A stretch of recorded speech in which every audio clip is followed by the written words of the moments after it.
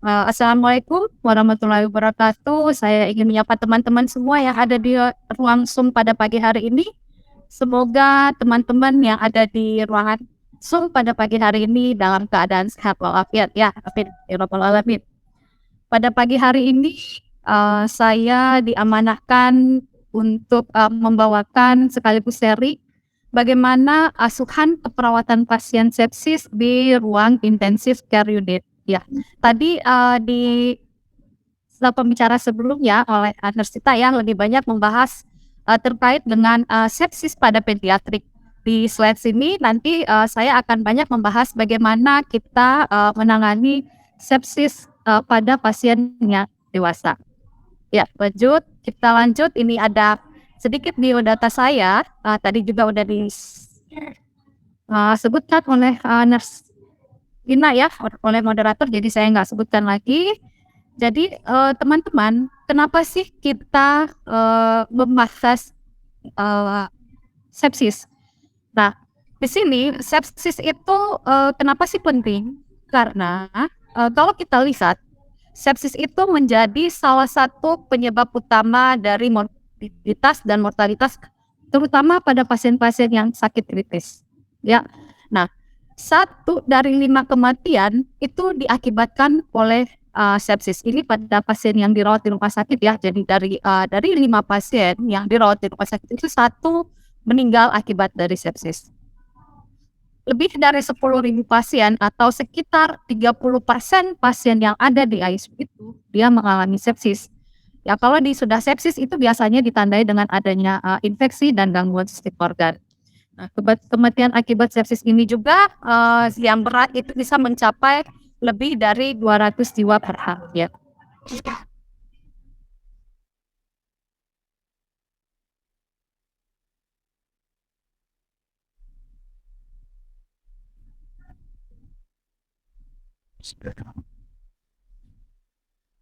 Kalau ya, sepsis dan subseptik ini merupakan salah satu penyebab utama. Jadi kalau pasiennya sudah sepsis, jangan sampai dia jatuh ke dalam kondisi subseptik karena menurut penelitian yang dilakukan oleh Meftah bahwa salah satu penyebab utama mortalitas pada pasien dengan kondisi kritis adalah sepsis dan subseptik. Sehingga tadi ya betul apa yang dikatakan oleh Nursita bahwa perlu pelayanan sepsis yang dikerjakan secara kolaboratif interdisiplin antara perawat, dokter, dan nakes yang lainnya guna meningkatkan kualitas pelayanan pasien. Nah, apa peran perawat di sini? Jadi kita sebagai seorang perawat kita mengidentifikasi kondisi awal sepsis. Jadi tujuannya apa? Nanti biar pasien itu tidak jatuh ke dalam kondisi sepsis yang berat.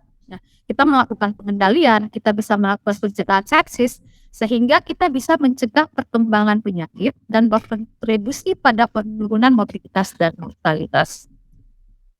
Nah, sedikit saya bahas terkait dengan definisi sepsis itu sendiri. Tadi juga mungkin sudah dijelaskan oleh Nursita ya bahwa apa sih yang dimaksud dengan sepsis itu? Jadi saat ini sepsis itu dikatakan sebagai gangguan fungsi organ akibat dari respon tubuh terhadap infeksi yang mengancam jiwa. Ya, nah apa bedanya dengan infeksi yang lain gitu ya? Jadi memang dulu yang dikatakan sepsis itu lebih diarahkan pada adanya peradangan atau adanya infeksi saja. Itu dulu yang dikatakan sepsis. Jadi kalau umpamanya pasiennya udah ada infeksi dulu ya, itu dulu kalau umpamanya pasiennya udah ada infeksi berarti pasiennya ini sepsis itu dulu. Nah, yang terjadi pada pasien sepsis tidak hanya inflamasi saja, jadi tidak hanya infeksi saja, melainkan dia akan terjadi ada 2 aspek yang terjadi. Yang pertama adalah terjadi koagulopati karena mengalami gangguan hemostasis atau gangguan pada proses pengumpulan darah ataupun proses pengenceran darah. Nah, yang kedua adalah itu akan terjadi gangguan metabolik. Nah, itu pada pasien-pasien sepsis. Nah, apa bedanya sih infeksi biasa dengan sepsis itu? Ya, jadi kalau infeksi biasa ini adalah ini dia hanya masuknya mikroorganisme yang bisa mengakibatkan kondisi patogen atau penyakit. Nah, itu yang dikatakan dengan infeksi biasa. Sedangkan yang dikatakan sepsis itu lebih mengarah ke kondisi gangguan fungsi organ sehingga dia akan mengancam jiwa. Nah, apabila kondisi sepsis ini tidak ditangani dengan baik, maka akan pasien-pasien yang sepsis ini akan jatuh ke dalam kondisi yang namanya shock septic. Nah, shock septic ini merupakan tahapan lanjutan dari sepsis ya, di mana dikatakan shock septic ini akan terjadi bila sudah mengalami apa yang namanya gangguan sirkulasi ya. Kalau memang teman-teman di ruangan ICU, terutama di ruangan ICU menemukan pasiennya sudah mengalami gangguan sirkulasi yang ditandai dengan MAP-nya kurang ya, kurang dari 65, tekanan darahnya turun, yang walaupun kita sudah melakukan resusitasi cairan, tetapi ataupun dengan pemberian vasopresor ya sebagai vasokonstriksi pembuluh darah, namun tekanan darahnya tidak naik-naik. Nah, ini pasiennya sudah masuk ke dalam gangguan shock septic ya. Jadi dia mengalami gangguan sirkulasi. Kemudian yang kedua adalah terjadi yang ditandai dengan gangguan seluler ya. Jadi kalau pasien-pasien yang shock septic ini dia akan mengalami gangguan seluler, di mana kalau terjadi gangguan seluler ya, ini ditandai dengan meningkatnya jumlah laktat yang ada di dalam tubuh. Karena apa? Karena kurangnya asupan oksigen dan nutrien ke sel, sehingga tubuh itu akan melakukan proses metabolisme anaerob ya. Jadi untuk memenuhi kebutuhan sel ya, biar selnya itu tetap hidup, dia akan melakukan yang namanya metabolisme anaerob. Ini terjadinya di seluler. Nah, karena jika sel itu tidak melakukan metabolismenya, maka sel ini akan mati. Itu ya, teman-teman. Selain itu akan terjadi metabolit yang mengancam jiwa.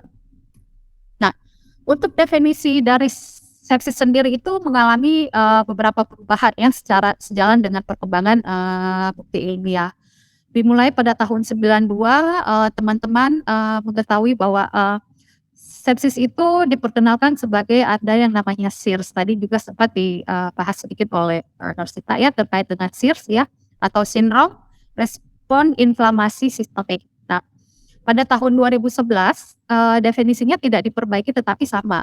Nah, pada tahun 2016 inilah melalui The Society of Critical Care Medicine dan European Society of Intensive Care Medicine melalui konsensus internasionalnya ya, mendefinisikan bahwa sepsis itu sebagai disfungsi organ yang mengancam nyawa yang disebabkan oleh adanya disregulasi respon tubuh terhadap infeksi. Seperti saya katakan tadi bahwa sepsis itu tidak hanya infeksi saja, tetapi sudah mengalami gangguan fungsi organ. Nah, ini beberapa update terbaru terkait sepsis ya. Jadi pembaruan definisi dan kriteria sepsis itu awalnya dengan menggunakan istilah sindrom respon inflamasi sistemik atau SIRS ya. Kemudian karena sebenarnya SIRS ini masih tidak ditinggalkan ya, tapi dilanjutkan dengan menggunakan suatu alat atau instrumen yang bisa membantu kita mendiagnosa apakah pasien ini masuk ke dalam kondisi sepsis ya, dengan menggunakan apa yang namanya sequential organ failure assessment ataupun SOFA. Nah, nanti kita akan bahas nih apa itu SOFA ya, teman-teman. Nah, yang kita gunakan di sini adalah bisa menggunakan SOFA ataupun kita bisa menggunakan key SOFA. Yang dikatakan sepsis kalau nilai skor dari SOFA itu lebih dari 2 dan key SOFA atau quick SOFA ini lebih dari 2. Nah, ini bisa menunjukkan pasien itu mengalami kondisi sepsis. Nanti kita bahas bagaimana cara menghitung ya, menghitung skor dari SOFA dan key SOFA ini.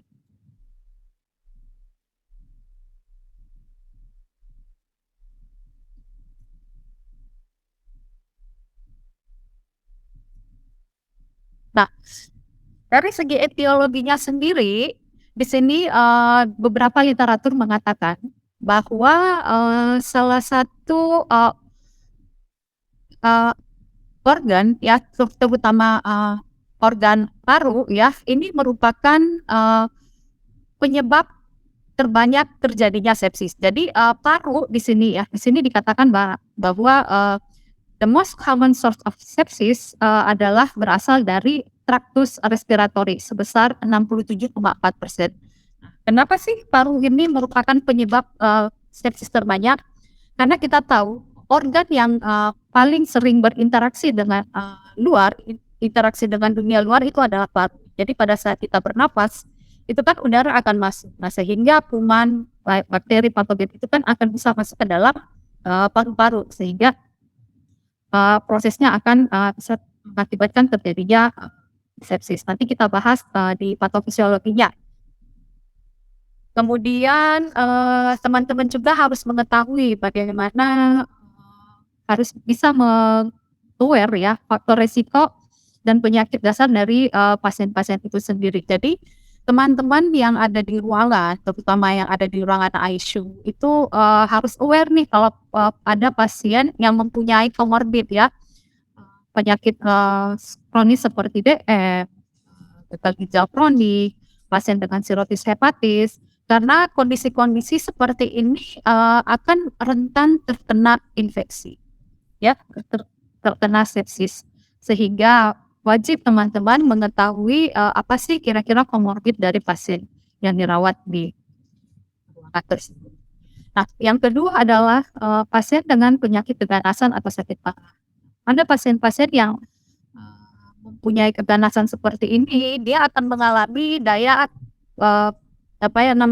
penurunan dari imunitas, dari daya tahan tubuhnya akan menurun, sehingga mudah sekali untuk terjadinya sepsis ya. Kalau pasien dengan penurunan fungsi imun ini juga udah sangat jelas ya, jadi mudah sekali pasien tersebut terkena sepsis. Kemudian pasien yang penyintas sepsis, pasien-pasien penyintas sepsis ini juga sangat rentan sekali untuk terkena sepsis. Begitupun pada pasien geriatri dan pasien bayi, karena ini berhubungan dengan daya imunitas dari pasien itu sendiri. Nah, selain itu teman-teman juga harus mengetahui nih riwayat perawatan sebelumnya dan apa sih terapi yang telah diberikan pada pasien yang sudah dirawat di rawat inap ataupun di ruangan ICU, terutama waktu lama dari perawatannya. Karena semakin lama pasien itu dirawat, maka kemungkinan besar pasien itu akan bisa terkena sepsis. Jadi waktu rawat pasien itu juga akan mempengaruhi salah satu faktor prediksi faktor risiko terjadinya sepsis. Kemudian pasien yang tadi ya, yang lebih-lebih pasien yang dirawat di ruangan ICU, karena apa? Karena pasien-pasien yang dirawat di ICU itu banyak sekali menggunakan alat-alat yang terpasang di tubuhnya ya, contoh ventilator, contoh pemasangan kateter urin, dan sebagainya. Nah, bagaimana patofisiologi dari sepsis itu sendiri? Di sini saya tidak menjelaskan secara detail terkait dengan sepsis itu sendiri. Jadi sepsis yang pertama-tama teman-teman harus ketahui itu bahwa awal mula sepsis itu kan awalnya dari harus ada source infection. Harus ada sumber infeksi. Ya, sumber infeksinya itu dari mana? Nah, tadi di depan yang saya katakan di etiologinya bahwa paru merupakan organ yang sangat berperan besar menyumbang terjadinya infeksi. Jadi harus ada source infeksinya. Nah, bila kuman atau bakteri ataupun patogen lain ini masuk dan beredar di dalam pembuluh darah, ini awal mula dari sepsis ya. Dan kuman-kuman tersebut ini tidak bisa dilumpuhkan, maka kuman-kuman ini akan leluasa menyebar dan beredar ke dalam tubuh melalui pembuluh darah. Nah, lama-kelamaan toksik atau racun-racun yang dihasilkan dari patogen ini, baik itu bakteri, virus, fungi atau yang lain-lain ini akan menyebabkan pembuluh darah itu akan melebar ya. Jadi toksisnya ini akan membuat pelebaran dari pembuluh darah ya, sehingga pada saat pembuluh darahnya melebar, kuman itu akan keluar dari pembuluh darah dan menyebar ke seluruh tubuh. Ya, nah, apabila kuman-kuman tersebut beredar ke seluruh tubuh dan bila mengenai organ, bisa mengenai organ jantung, bisa mengenai organ ginjal, bisa mengenai organ hepat, paru, dan otak. Nah, bila kelima organ ini terganggu fungsinya, maka akan menyebabkan kondisi yang paling buruk, yaitu kematian. Apa sih tanda dan gejalanya? Jadi pada pasien sepsis itu dapat mengalami satu atau beberapa tanda dan gejala dari yang ada di bawah ini. Nah, jelas ya, pasien-pasien yang mengalami sepsis, tanda dan gejalanya itu akan terjadi frekuensi nadi cepat atau tekanan darah rendah, ya. Jadi jelas tadi yang saya sebutkan, karena pada pasien sepsis itu akan mengalami gangguan dari sistem sel dan metabolik, serta tadi adalah hemodinamiknya. Kemudian yang kedua adalah pasien akan merasakan sesak, kemudian berkeringat dingin, demam, meriang atau merasa kedinginan. Kalau memang kuman ataupun kuman-kuman ini menyerang ke otak, sampai ke otak, jadi pasiennya bisa mengalami namanya konfusi atau disorientasi. Kemudian kadang-kadang pasien juga akan mengeluh adanya nyeri atau ketidaknyamanan berat. Biasanya pasiennya itu mengeluh, "Oh, badan saya pegel." Ini kenapa? Karena terjadi penumpukan laktat di dalam tubuhnya. Jadi mengakibatkan pasiennya itu akan mengeluh nyeri ataupun ketidaknyamanan. Nah, selama beberapa tahun ini, kriteria SIRS itu masih dianggap sebagai diagnosa sepsis, ya. Jadi untuk mendiagnosis sepsis itu sebenarnya tidak hanya dokter saja, tetapi kita sebagai seorang perawat juga bisa melakukan mendiagnosis pasien itu sepsis, ya. Jadi dulu kita menggunakan namanya kriteria SIRS, ya. Jadi menggunakan SIRS, di mana kalau tadi juga sudah disebut sedikit oleh nurse kita bahwa kriteria SIRS itu di antaranya yang pertama adalah ada 4 kriteria, ya, untuk kriteria SIRS: heart rate lebih dari 90, yang kedua adalah suhunya lebih dari 38 derajat Celcius atau kurang dari 36 derajat Celcius. Yang ketiga adalah respiratory rate-nya lebih dari 20, atau kita lihat dari hasil analisa gas darah PaCO2-nya kurang dari 32. Kemudian leukosit itu lebih dari 12.000 atau kurang dari 4.000. Nah, dikatakan dia sepsis, ya, kalau menurut kriteria SIRS ini dikatakan dia sepsis bila memenuhi 2 atau lebih kriteria yang ada di sini, ya, bisa 1 atau 2 atau 2 atau 2 ataupun 3 gitu. Jadi dia melebihi 2 kriteria dari nilai yang ini. Tetapi seperti yang saya katakan tadi bahwa sepsis itu tidak hanya mengalami inflamasi saja, tetapi mengalami kegagalan fungsi organ juga, sehingga dibutuhkan alat ataupun instrumen untuk mendiagnosa sepsis secara ini. Nah, tadi ya pada update sepsis ada update sepsis dikatakan pada tahun 2016, ya, muncul definisi sepsis terbaru kita dengan rekomendasi menggunakan SOFA dan KICSOFA. Nah, untuk mendeteksi kecenderungan sepsis ini dapat dilakukan, yang pertama kita bisa melakukan ada yang namanya KICSOFA, ada KICSOFA, pengkajian cepat untuk mendeteksi apakah pasien ini sepsis apa tidak. Kemudian setelah kita mendapatkan nilai SOFA, apabila dia nilainya lebih dari 2, itu menunjukkan terjadinya disfungsi organ. Jadi kalau nilainya sudah 2 nih, berarti pasien itu mengalami gangguan fungsi organ, sehingga kita melanjutkan dengan menggunakan pengkajian SOFA, skor, ya.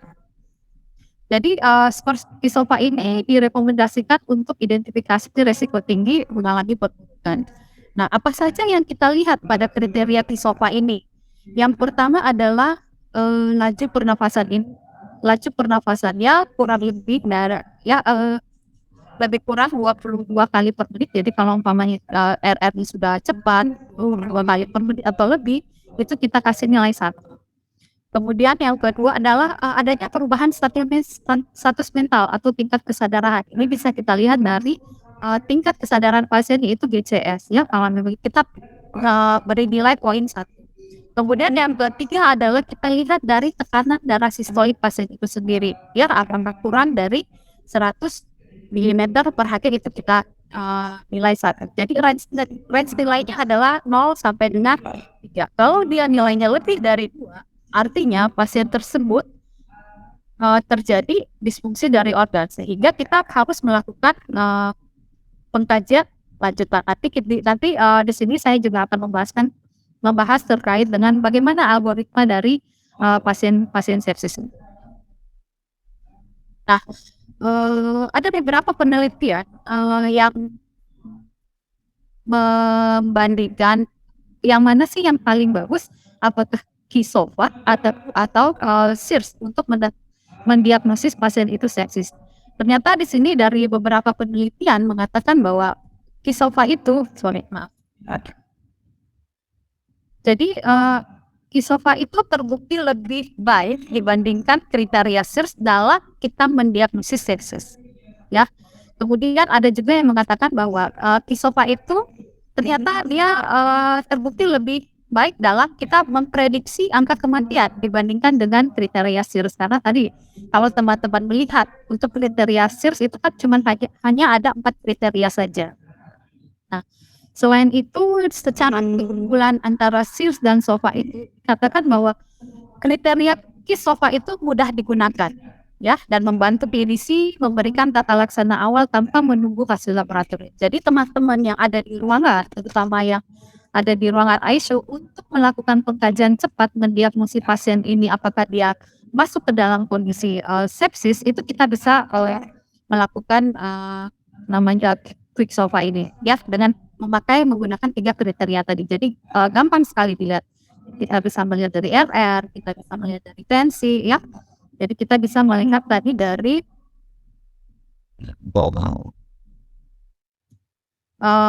tingkat kesadaran ya, seperti itu. Nah, setelah kita mendapatkan nilai Kisofa-nya ternyata Kisofa-nya lebih dari 2, maka kita melakukan pengkajian lanjutan terhadap untuk menilai apakah pasien ini sudah mengalami gangguan-gangguan fungsi organ dengan melakukan pengkajian yang namanya SOFA atau Sequential Organ Failure Assessment ya.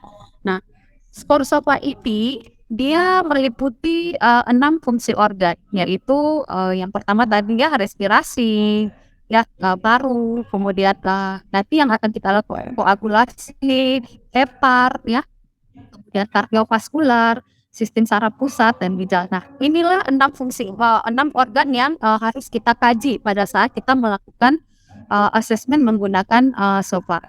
Nah, setiap parameter ini, parameter nanti ada parameter yang ada di SOFA-nya ini yang memiliki nilai 0 sampai dengan 4. Ya, dari sangat abnormal jadi dari 0 itu adalah normal. 4 itu sangat abnormal dengan total nilai 0 sampai dengan 2. Nanti saya akan melihatkan bagaimana cara kita melakukan pengkajian menggunakan SOFA. Nah, di sini kalau teman-teman bisa lihat untuk tabel SOFA score-nya ya. Nah, untuk sistemnya tadi ada 6 sistem dengan parameter dengan ini parameternya ya, dengan parameter 0 dengan skor 0 sampai dengan 4. Jadi masing-masing sistem ini dia mempunyai parameter. Yang pertama kita lihat dari respirasi ya. Jadi respirasi teman-teman sangat mudah melihat dari hasil analisa gas darah. Ya, ada hasil AGD, teman-teman melihat kalau kita untuk menilai apakah menggunakan SOFA score ini, kita lihat nih PaO2-nya berapa. Dikatakan 0 kalau ini ada nilainya ya menggunakan KPA ya. Jadi nanti teman-teman bisa begitu melihat dari tabel SOFA score ini. Kemudian yang kedua adalah koagulasi. Jadi kita lihat trombosis dari pasien itu. Dikatakan 0 kalau dia trombositnya lebih dari 150 dan seterusnya. Yang ketiga kita lihat parameter yang ketiga adalah kita lihat fungsi sistem hatinya. Kak Nita, ya. boleh pindah tempat karena suaranya masuk ya. Sorry, mohon izin, mohon maaf, soalnya saya juga lagi pelatihan, jadi sebentar ya, saya pindah dulu.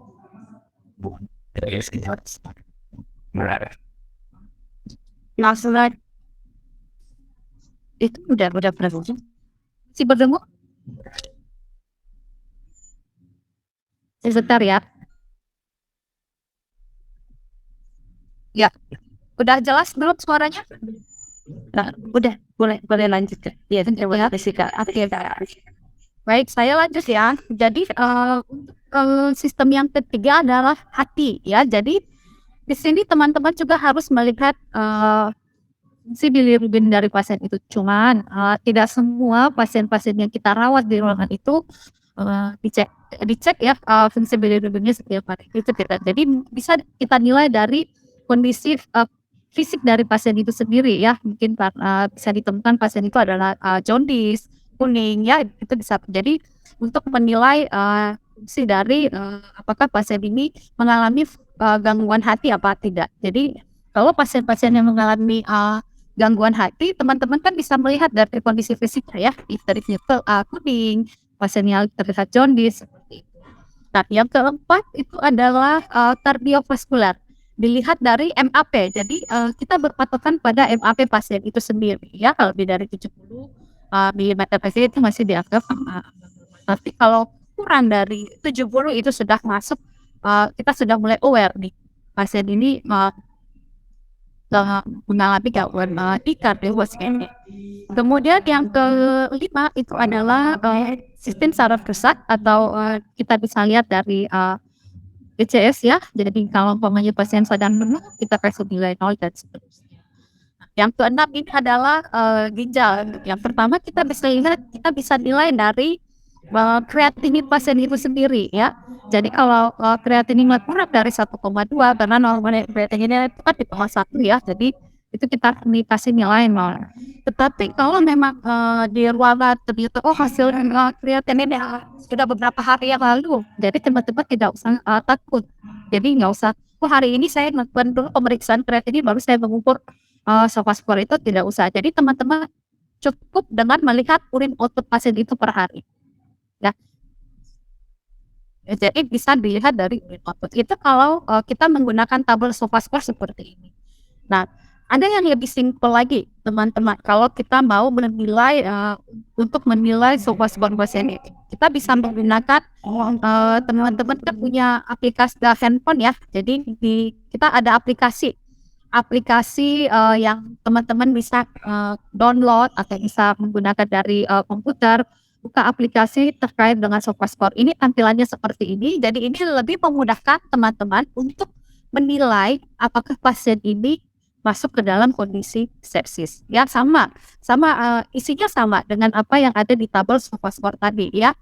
Isinya di situ ada PaO2, ada fraksi oksigen ya, apakah di sini ada tambahan apakah pasien itu menggunakan ventilator apa tidak. Kemudian kita lihat platelet trombositnya ya, tingkat kesadaran, kemudian ada min arterial MAP-nya, kita lihat kreatinin, kemudian bilirubin. Nah, nanti setelah kita mengisi ini nanti akan muncul di sini result-nya apa, hasilnya apa. Ini ini contohnya seperti ini. Ya, jadi teman-teman cukup melihat nih, ambil data yang ada di status pasien. Kita lihat contoh, umpamanya dari hasil AGD, hasil PaO2-nya itu adalah 153. Jadi di sini kita tinggal masukin nih. Ya, satuannya juga kita harus rubah dulu satuannya berapa. Kalau PaO2 kan satuannya mHg. Jadi kita berubah dulu satuannya. Kemudian fraksi oksigennya berapa sih yang muncul di monitor itu? 99%. Kita masukin 99%. Nah, kemudian apakah pasien itu menggunakan ventilator? Kalau memang dia menggunakan ventilator, klik yes. Ya. Kemudian kita lihat nilai trombosit pasien itu sendiri ya. Jadi ternyata kemarin pasien ini trombositnya segini. Kita pilih di sini sudah ada skornya ya. Skornya berapa? 1, 2, 3 sampai 4, karena tadi range antara untuk SofaScore itu adalah 0 sampai dengan 4. Kemudian kita nilai tingkat kesadaran pasien itu kemudian bilirubin, MAP-nya apakah pasiennya itu hipotensi, kita lihat dari MAP-nya ya, dari sistem kardiovaskularnya, apakah MAP-nya kurang dari 70 ataupun pasien menggunakan, vasopressin ataupun, inotropik. Di sini dikatakan, apakah pasien di sini kebetulan pasiennya menggunakan dopamin dan epinefrin. Kemudian kreatininnya berapa? Oh, ternyata kreatininnya, kurang dari 1,5%. Nah, setelah ini, kebetulan pasien yang saya ambilkan contoh ini adalah pasien, dengan kondisi, confirm positif COVID ya. Nah, setelah ini nanti dia akan terkalkulasi sendiri hasil, berapa sih poin dari, SOFA-nya dia. Ternyata di sini adalah muncul hasilnya adalah 12 poin. Nanti kita lihat di sini, dikatakan hubungan dari skor SOFA dan tingkat mortalitas. Ternyata semakin tinggi skor SOFA pasien, maka tingkat kematiannya juga itu akan semakin tinggi. Tadi ya, skor SOFA-nya itu adalah 12 ya. Jadi angka kemungkinan, kematian terhadap pasien ini adalah sekitar 40 sampai 50%. Nah, ini ada sedikit algoritma pasien sepsis ya. Jadi ini bisa memudahkan teman-teman, bergerak mendiagnosis pasien ini sepsis atau tidak. Pasien dengan faktor resiko, algoritmanya ini adalah, yang awalnya itu, pasien dengan, suspek infeksi ya, faktor resiko infeksi ditemukan, suspek ada infeksi nih pasiennya. Ini teman-teman harus langsung, bergerak untuk melakukan apa yang namanya, pengkajian ISOFA. Jadi kita melakukan, pengkajian ISOFA. Jadi kalau teman-teman di ruangan sudah menemukan, oh ini pasiennya ini, sepsis nih, sudah tanda-tanda dan gejalanya mendukung pasien ini sepsis ya. Jadi kita melakukan pengkajian KISOFA. Nah, KISOFA ini ada 2, dia bisa, yes dan bisa no. Nah, kalau dia 0, kita melakukan pengkajian KISOFA-nya itu kurang dari, 2 ya, kurang dari 2, artinya dia no ya, di sini berarti pasien tersebut, masih suspek. Jadi masih ada kemungkinan, walaupun dia tidak terkena sepsis, tapi dia masih, ada kemungkinan untuk terkena sepsis. Sehingga perlu dilakukan monitoring lebih, lanjut terhadap, kondisi klinis dari pasien itu sendiri. Jadi tidak hanya ditinggalkan, "Oh, saya udah, menilai KISOFA-nya ternyata dia, kurang dari 2, ya udahlah saya biarkan saja." Tidak, jangan seperti itu. Jadi kita tetap menganggap pasien itu adalah sebagai suspek. Jadi tetap kita monitor kondisi, klinis dari pasien tersebut. Nah, apabila dia, kita menemukan nilai KISOFA-nya itu lebih dari 2, ya, itu menandakan bahwa pasien ini sudah mengalami, gangguan, disfungsi organ. Jadi kita melakukan, pengkajian terhadap, apakah pasien ini sudah mengalami gangguan fungsi organ dengan melakukan, pengkajian SOFA, ya. Nah, SOFA ini juga dia bisa yes dan bisa no. Kalau umpamanya dia nilai SOFA-nya kurang dari 2, tetap kita monitor ya. Jadi tetap pasien ini masih dalam suspek pasien itu sepsis. Jadi teman-teman jangan sampai, lengah dengan kondisi SOFA-nya kurang dari 2, ya udahlah nggak apa-apa biarin saja, nggak seperti itu. Jadi memang di sini teman-teman harus, lebih memonitor, kondisi klinis dari, pasien tersebut ya. Jadi apabila nilai SOFA-nya itu, lebih dari 2, artinya pasien ini, masuk ke dalam kondisi sepsis. Nah, kapan pasien ini dikatakan, masuk ke dalam kondisi shock septic? Apabila kita menemukan, 2 indikator di bawah ini. Yang pertama adalah pasien itu menggunakan, vasopresor ya. Pasien, menggunakan vasopresor walaupun, pasien ini sudah, diberikan restriksi cairan, cairan yang cukup, tetapi, tekanan darahnya, tidak naik-naik juga. Kita berikan vasopresor ternyata tekanan darahnya tidak naik juga. Jadi, ini merupakan salah satu, indikator pasien itu dikatakan, septic. Yang kedua adalah kalau nilai serum laktat pasien itu lebih dari 2. Tadi ya, kalau, laktat itu dihasilkan dari metabolisme anaerob dari sel ya, untuk, sel itu bisa bertahan hidup, makanya dia melakukan namanya metabolisme anaerob, sehingga hasil akhirnya adalah laktat. Jadi semakin tinggi nilai laktat dari pasien ini, semakin besar kondisi pasien itu jatuh ke kondisi septic shock. Bagaimana asuhan keperawatannya? Tetap ya, kita teman-teman sebagai perawat tidak pernah luput dari namanya pengkajian. Pengkajian dimanapun akan kita lakukan, baik di kamar di IGD, di kamar di ruang perawatan biasa ataupun di ruang perawatan intensif. Tetap ya, kalau untuk di IGD dan kritikal tetap kita melakukan pengkajian dilihat dari segi airway, breathing, sirkulasi, disability dan exposure. Ya, airway di sini kita lihat apakah ada sumbatan jalan nafas. Sumbatan jalan nafas ini bukan sumbatan jalan nafas karena dia ketelan sesuatu apa enggak ya. Jadi sumbatan jalan nafas ini diakibatkan karena pada pasien-pasien yang sepsis itu dia akan mengalami penurunan kesadaran. Sehingga kalau pasiennya terjadi penurunan kesadaran kan itu lidah akan jatuh ya ke dalam sehingga akan mengakibatkan terjadi sumbatan jalan nafas. Suara nafas jadi bising, stridor bahkan terjadi garing ya. Kemudian yang kedua adalah breathing. Breathing di sini kita bisa kaji, oh ternyata RR-nya lebih dari 30 kali per menit ya. Kemudian kita lihat sirkulasinya sendiri ya pada fase awal pasien itu shock ya, masuk ke dalam kondisi sepsis karena infeksi itu pasien akan kita dapatkan akurnya terabah hangat karena suhu tubuhnya meningkat. Pada fase dia lanjut, kalau memang infeksi ini tidak kita tangani dengan baik, ya pasien itu akan mengalami apa yang namanya penurunan tekanan darah. Denyut jantungnya akan naik menjadi 100 kali per menit atau lebih ya. Nadinya teraba lemas, atrial dingin, bahkan kapilari levelnya itu lebih dari 2. Jadi sirkulasi ke perifernya sudah tidak mulai bagus. Bahkan bisa terjadi henti jantung. Yang lebih parah lagi kalau urin output pasien itu sudah kurang dari 2 cc per gram per jam. Kemudian kita kaji disability-nya ataupun ya tingkat kesadaran dari pasien itu sendiri. Yang kelima adalah exposure, apakah ada luka yang terjadi pada pasien ini, apakah ada dekubitus, apakah ada luka operasi atau dan sebagainya ya yang bisa mengakibatkan pasien ini jatuh ke dalam kondisi sepsis. Nah, apa pemeriksaan diagnostik yang teman-teman wajib lakukan pada pasien-pasien sepsis di ruangan, terutama di ruangan ICU? Yang pertama kali yang kita lakukan adalah pengambilan kultur. Ya, jadi teman-teman ingat sebelum nanti tata laksana sepsis adalah sebelum pemberian empiric antibiotik, teman-teman wajib ambil kultur pasien itu dulu. Jadi pada saat pasien masuk ke ruangan ICU, teman-teman yang pertama kali lakukan adalah pengambilan kultur. Jadi sebelum antibiotik masuk itu kita harus mengambil kultur. Kultur apa saja yang harus kita ambil? Yang pertama adalah kultur sputum, kultur urin, dan kultur darah. Ini wajib kita ambil ya sebelum antibiotik masuk.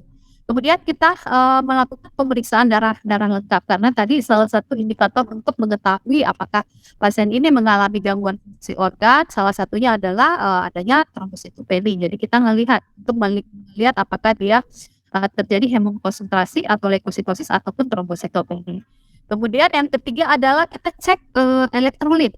Elektrolit ini apa? Karena untuk melihat fungsi ginjal. Tadi ya salah satu indikatornya ya parameternya itu adalah kita lihat urin kreatinin dari pasien itu sendiri. Yang terakhir adalah analisa gas darah. Nah, ini wajib juga kita lakukan untuk mengetahui apakah pasien sepsis apa tidak. Ya, jadi dari hasil analisa gas darah ini biasanya kita akan menemukan apakah pasien ini terjadi alkalosis respiratorium ataupun hipoxemia. Dari hasil pengkajian tersebut, ya tadi kita sudah mengumpulkan melakukan pengkajian, maka akan muncullah diagnosa keperawatan pada pasien yang sepsis ini. Nah, ini ada beberapa contoh diagnosa keperawatan yang mungkin terjadi pada pasien-pasien yang dirawat di ICU. Yang pertama itu adalah risiko shock. Ini kita karena mengacunya pada standar diagnosis keperawatan Indonesia ya. Jadi yang pertama itu resiko shock berhubungan dengan sepsis. Kemudian yang kedua perfusi perifer tidak efektif. Jadi perfusi perifer tidak efektif ini menandakan bahwa pasien itu sudah jatuh ke dalam kondisi shock. Tadi ya, kalau pasien dikatakan shock sepsis itu kalau dia sudah mengalami gangguan selular ya, hemodinamika metabolik, sehingga diagnosa yang muncul itu adalah perfusi perifer tidak efektif. Kemudian yang ketiga pola nafas tidak efektif, yang keempat terjadi penurunan curah jantung, dan yang kelima adalah perkusi. Yang keempat adalah yang kelima ini double ya, double dengan yang kedua. Jadi ini diagnosa keperawatan yang mungkin muncul pada pasien-pasien sepsis di ruang ICU. Nah, bagaimana sih pengelolaannya? Prinsip pengelolaan dari sepsis itu adalah life support. Ya, kita melakukan penilaian awal tadi.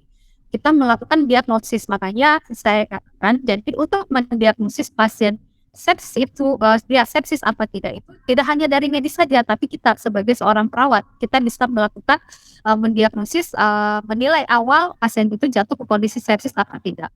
Kemudian yang kedua adalah kita melakukan resusitasi gangguan fungsi sistemik. Kemudian yang ketiga kita melakukan oksigenisasi, dan yang keempat adalah kita meningkatkan volume sirkulasi. Bagaimana caranya? Nah, ini ada tata laksana. Nah, protokol untuk tata laksana awal sepsis itu harus diselesaikan dalam 6 jam ini pada awal-awal pasien itu sendiri.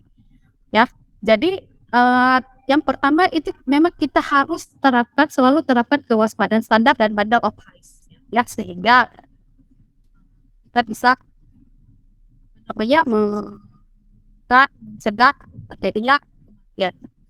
Setelah diagnosis sepsis atau sepsis ini ditegakkan, kita sudah mulai memulai protokol untuk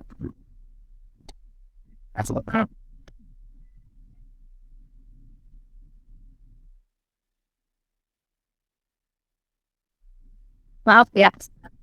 Nah, yang pertama kali teman-teman lakukan ya, ini tata laksananya. Kalau kita menemukan pasien dengan sepsis itu adalah yang pertama kita ukur kadar laktat pasien. Ya, kenapa? Karena peningkatan kadar laktat dapat menunjukkan beberapa kondisi, antaranya adanya hipoksia jaringan. Ya, jadi jaringannya hipoksi, kekurangan oksigen. Ya, karena tadi sesuai seperti yang saya jelaskan di patofisiologinya ya. Kemudian akan terjadi peningkatan glikolisis aerobik yang disebabkan oleh peningkatan stimulus dari beta ATCT, mana sel itu akan jadi kalau sel kekurangan oksigen dan nutrien dia akan memecah, dia melakukan proses depolisis, sehingga tidak hanya laktat pada pasien-pasien sepsis itu juga kadang-kadang teman-teman menemukan pasien itu gula darahnya tinggi. Kenapa sih gula darah pasien ini tinggi padahal dia itu tidak sakit gula, tidak DM seperti itu. Nah, ini karena adanya proses pemecahan ya dari glikolisis, jadi untuk metabolisme anaerob untuk sel itu dia bisa bertahan hidup. Yang kedua itu adalah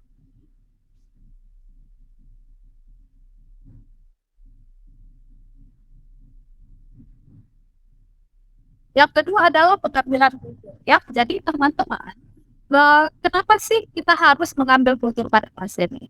Karena ini sangat berguna untuk mengoptimalkan pemberian antibiotik, dan kita identifikasi dari kuman apa sih yang ada di dalam tubuh pasien ini sendiri.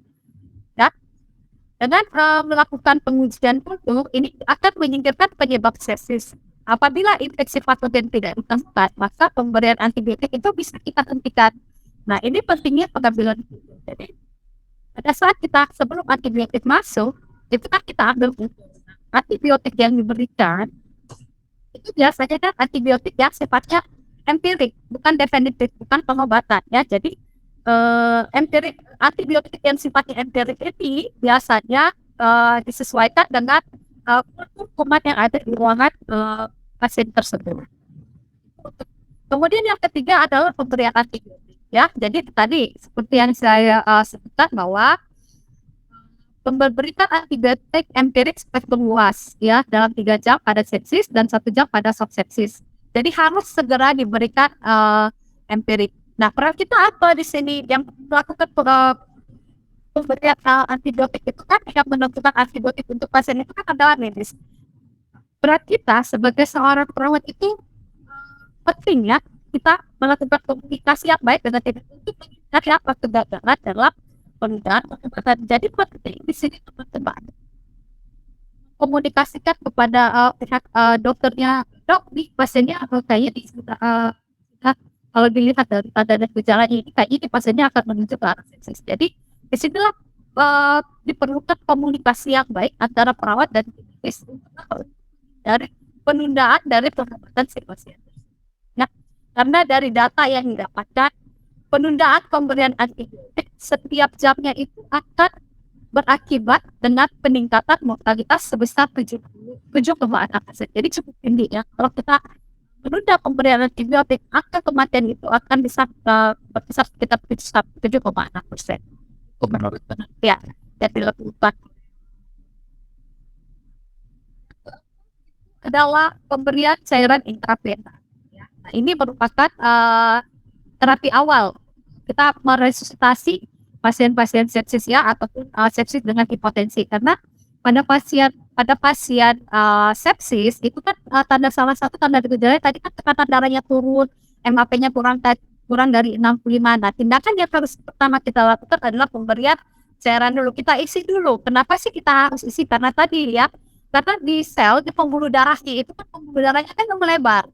Ya, pembuluh darah melebar karena toksisnya itu kan mengisi pori-pori tersebut sehingga vaskularnya jadi kosong. Akhirnya apa? Tekanan darahnya turun. Nah, kita harus melakukan terapi resusitasi. Berapa sih cairan resusitasi yang kita berikan kepada pasien ini? Yaitu sebesar 30 cc per kilogram berat badan. Ya, jadi 30 cc per kilogram berat badan. Dan cairan yang kita berikan itu adalah cairan kristaloid. Karena apa? Karena cairan kristaloid itu adalah cairan yang agak lama bertahan di dalam sel, di dalam pembuluh darah. Nah, di sini ada teknik kita menilai apakah respon cairan, apakah resusitasi cairan. Kadang-kadang kita lebih cairan itu respon cairan ini kita apakah berhasil atau apa tidak, apakah pemberian cairan yang kita berikan itu berhasil berespon terhadap pasien apa tidak. Nah, kita bisa melakukan teknik yang dinamakan passive leg raising test ya. Jadi kalau teman-teman bisa melihat gambarnya ya, awalnya itu pasien kita berikan posisi 45 derajat ya, atau semi recumbent posisi atau semipolar. Setelah itu pasien tersebut kita tidurkan, tetapi kaki kita tinggikan 45 derajat. Nah, metode ini digunakan untuk apa? Untuk menaikkan aliran bayi ke jantung dengan cara tadi ya, kita tinggikan kakinya 30 sampai 40 derajat. Nah, dikatakan responsif apabila stroke volume darah itu meningkat lebih dari 10%. Nah, stroke volume ini kan sama dengan tekanan nadi. Nanti kita tekanan nadi itu apa sih sebenarnya tekanan nadi itu atau stroke volume itu ya. Nah, jadi kalau umpamanya setelah kita memberikan posisi seperti ini ya 45 derajat, kita tensi pasiennya, kita lihat, kita ukur stroke volume-nya. Kalau memang stroke volume-nya dia meningkat lebih dari 10%, maka pasien ini dianggap responsif dengan cara seperti ini ya, passive leg raising test. Tetapi tidak semua pasien-pasien itu kita bisa melakukan ini passive leg raising test ya, terutama pada pasien-pasien yang mengalami cedera di cervical. Ini nggak mungkin kita lakukan posisi seperti ini. Yang kedua, kita bisa melakukan teknik yang namanya kalau memang posisi yang raising test tadi tidak kita bisa lakukan pada pasien yang mengalami cedera cervical, kita bisa melakukan yang namanya fluid challenge test. Fluid challenge test ini ya, kita akan menilai apakah cardiac output pasien itu dapat meningkat dengan pemberian cairan. Caranya ya, kita berikan pasien itu cairan kristaloid sebesar 200 sampai 250 cc selama 5 sampai 10 menit ya.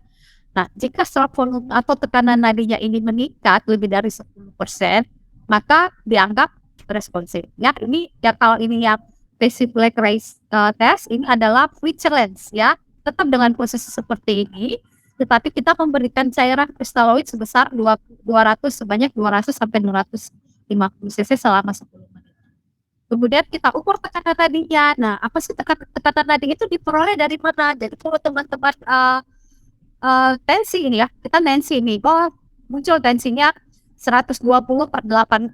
Nah, tekanan nadinya itu adalah 120 dikurang 80 itu kan akan muncul hasil 40 ya teman-teman. Nah, itulah 40 inilah yang dikatakan tekanan nadi. Jadi selisih antara tekanan darah sistolis dan tekanan darah diastolik itulah yang dikatakan tekanan nadi. Nah, normalnya berapa sih? Normalnya itu adalah 30 sampai dengan 40 di dekat hati. Kapan dikatakan tekanan nadi itu menyempit? Itu apabila nilai tekanan nadinya itu kurang dari 30. Biasanya 10 sampai 20. Jadi kalau kapan sih dikatakan pasien itu shock kalau tekanan nadinya itu sudah kurang dari 30. Biasanya kita temukan itu sekitar 20 15 mm Hg ya untuk melakukan pemeriksaan.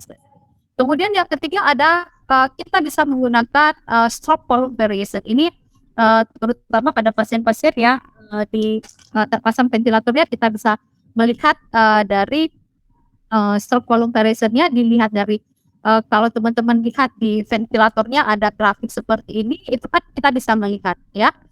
Syaratnya apa? Bahwa pasien itu dalam kontrol ventilasi mekanik. Jadi ada settingannya harus pressure control, volume tidaknya 8 sampai 10 dan pasien itu tidak ada. Jadi ada syarat-syarat tersendiri sehingga kita bisa melakukan pengukuran menilai respon caranya itu menggunakan stroke volume variation. Mohon izin Kak, 5 menit lagi. 5 menit lagi ya. Oke. Kemudian ini ada indikator. Ya, terima kasih Mbak Ita. Ini ada indikator kapan sih resusitasi kita itu dikatakan berhasil apa tidak. Yang pertama adalah pada saat kita mengevaluasi MAP-nya. MAP-nya itu lebih dari 65 mm Hg. Kemudian kita ukur CPP-nya ya. Tekanan CPP-nya 8 sampai 12 ya di dalam range normal. Kemudian frekuensi nadinya 60 sampai 100, output urinnya 0,5 cc, kadar laktatnya terjadi penurunan kurang dari 2 ya, karena kalau lebih dari 2 artinya pasiennya itu masuk ke dalam kondisi sepsis. Kemudian terjadi peningkatan produksi CO gapnya ya, ada perbedaan kadar karbon dioksida arteri dan vena. Nah, kalau umpamanya terjadi peningkatan produksi ini merupakan salah satu tanda-tanda adanya pasien ini mengalami gangguan metabolisme anaerob. Jadi kita bisa melihat dari CO2 gapnya. Nah, yang kelima adalah tadi ya, setelah kita memberikan cairan ternyata pasien ini tensinya masih tidak naik-naik. Jadi kita bisa memberikan pemberian vasopresor ya. Jadi pemberian vasopresor ini diberikan ketika resusitasi cairan awal gagal untuk memperbaiki hipotensi, maka kita gunakan yang namanya vasopresor. Biasanya yang direkomendasikan ini teman-teman adalah norepinephrine ya. Jadi untuk melakukan setelah pembuluh darahnya diisi oleh cairan, kita berikan vasopresor untuk agar pembuluh darahnya vasokonstriksi. Jadi dia bisa memompakan. Jadi ada seluruh itu. Nah, ini ada bandel sepsis. Jadi tidak hanya ada bandel VAP atau bandel yang lain, tetapi sepsis itu juga mempunyai bandel ya. Jadi teman-teman juga bisa melihat nih bandel sepsisnya seperti apa. Ini hampir sama yang saya jelaskan di tata laksana pasien sepsis itu sama ya. Itu bandel sepsisnya kita lihat dari kadar laktatnya, kemudian kita lihat dari hasil. Jadi kita harus kultur, pemberian antibiotik semakin luas, kemudian kita memulai pemberian resusitasi cairan 30 cc per kilogram berat badan. Kemudian setelah itu kalau memang ini yang dengan resusitasi cairan tidak berhasil, kita bisa melakukan pemberian vasopresor. Itu adalah bandel dari sepsis. Jadi teman-teman sudah bisa mengetahui algoritma atau langkah-langkah dari penanganan tata laksana dari sepsis itu kalau memang teman-teman menemukan pasien itu jatuh ke dalam kondisi shock. Ini teman-teman bisa terapkan ya, terutama pada pasien-pasien yang terutama teman-teman perawat yang ada di ruangan ICU. Nah, ini ada sedikit update terbaru terkait dengan sepsis ya, penanganan dari sepsis. Jadi ada yang digunakan dan ada yang ditinggalkan. Contoh kalau untuk sekarang kita menggunakan vasopresor, dulu kita masih menggunakan dopamin, ternyata dari beberapa penelitian sekarang dopamin itu sudah tidak digunakan lagi. Jadi ya enteral feeding, kemudian insulin terapi karena tadi ya terjadi gangguan metabolisme sehingga gula darah pasien itu kan bisa tinggi, makanya kita salah satu tata laksananya adalah pemberian terapi insulin. Penggunaan sedasi dalam yang dalam itu sebenarnya sudah tidak dianjurkan lagi ya kalau dalam penanganan. Kemudian protektif lung dengan penggunaan ventilasi, tapi ventilasinya adalah ventilasi dengan yang minimal saja yang biasanya kita yang digunakan itu adalah sound mesin separuh pasien ya. Jadi urin kateternya juga harus terpasang untuk apa? Untuk memonitor dari urin output pasien. Nah, ini ada beberapa literatur review dari literatur review yang dilakukan oleh ya Regina Saragi ya, bahwa bagaimana sih peran perawat pada pasien sepsis di unit critical care. Ternyata beberapa literatur review juga itu mengatakan bahwa perawat sangat berperan dalam melakukan manajemen resusitasi cairan awal pada pasien sepsis. Ya, jadi benar-benar peran kita itu sangat penting untuk mencegah terjadinya pasien itu masuk ke dalam kondisi shock ataupun bahkan sampai kematian. Ya, jadi di sini dikatakan bahwa perawat berperan penting dalam mengidentifikasi awal sepsis dan mencegah dan mengendalikan sepsis pada pasien sepsis. Ya, kemudian kita juga bisa memanfaatkan protokol atau alat screening yang sudah tadi kita bisa menggunakan SOFASCORE itu untuk memudahkan kita memberikan intervensi kepada pasien yang kemungkinan akan terkena sepsis. Nah, jadi kesimpulannya bahwa seluruh dunia menganggap sepsis itu merupakan penyakit yang sangat mematikan dan mempunyai angka kematian yang tinggi. Sehingga di sini penting peran perawat dalam menanggulangi pasien sepsis, dalam mengidentifikasi kondisi awal sepsis serta mengurangi kelanjutan sepsis yang lebih berat lagi. Ada sedikit kata-kata buat teman-teman semua, jadilah jiwa profesional dalam segala hal, karena kita tidak main-main dengan profesi kita. Ini ada beberapa pustaka dalam pembuatan PPT ini. Kalau teman-teman ingin mencari terkait sepsis lebih lanjut, bisa melihat dari pustaka ini.